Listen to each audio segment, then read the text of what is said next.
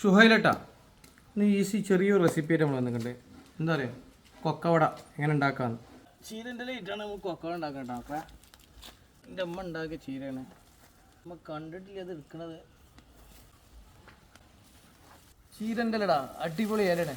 അപ്പോൾ ഈ തണ്ട് കിട്ട് വേർത്തിട്ടാ, ഇല മാത്രം കിട്ടാം, ഭാഗത്തത് വേറിട്ടാ, എല്ലാം കഴുകിയിട്ട് വരട്ടെ. കൊക്കവടക്കുള്ള ഉള്ളി ഇതിൻ്റെ രണ്ട് ഭാഗം എടുക്കട്ടെ. ഉള്ളി പാത്രത്തിൽ മാറ്റണം, നല്ല അതിനെ ഉടക്കുക, ഓരോരോ ഇതളുകളായിട്ട് മാറ്റുക കേട്ടോ. ഉള്ളി നമ്മൾ ചീരൻ്റെ ഇലയും എല്ലാം മിക്സ് ആക്കട്ടോ. കട്ട് ചെയ്ത് ഇഞ്ചി, പച്ചമുളക്, മൈദപ്പൊടി, കടലപ്പൊടി, ഉപ്പ്, മഞ്ഞൾപ്പൊടി, കരിവേപ്പിൻ്റെ ഇല, ചപ്പ്, കുറച്ച് വെള്ളം വെച്ച് കണ്ടെല്ലുമ്പോഴാണ് മിക്സ് ആക്കുക. നല്ല അടിപൊളി എൻ്റെ ഉമ്മാൻ്റെ റെസിപ്പി കട്ടെടുത്താണ്. അപ്പോൾ മാവ് നമ്മൾ നല്ല കുഴച്ച് വെച്ച് ഒരു അരമണിക്കൂർ റെസ്റ്റിന് വെക്കട്ടോ. റെസ്റ്റിന് വെച്ചതിന് ശേഷം നമ്മൾ പൊരി തുടങ്ങണം. പാമോയിൽ വെച്ചിട്ടോ ചെറിയ ഉരുളാക്കി കേട്ടോ, ഓരോ ഉൽപ്പാക്കണ്ട, ഓരോ ഉൽപ്പാക്കി വെന്തിട്ടില്ല.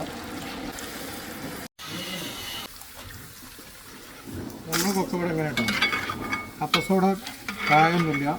ചീരൻ്റെ ഇല, പച്ചുള്ളി, ഇഞ്ചി, ഉപ്പ്, കടലമാവ്, മൈദ. ഇതാ സിമ്പിളായിട്ടുള്ള എന്താ പറയുക കൊക്കവട. വീഡിയോ ഇഷ്ടപ്പെട്ടാൽ ഷെയർ ചെയ്യുക, ലൈക്ക് അടിക്കുക, കമൻറ്റ് അടിക്കുക.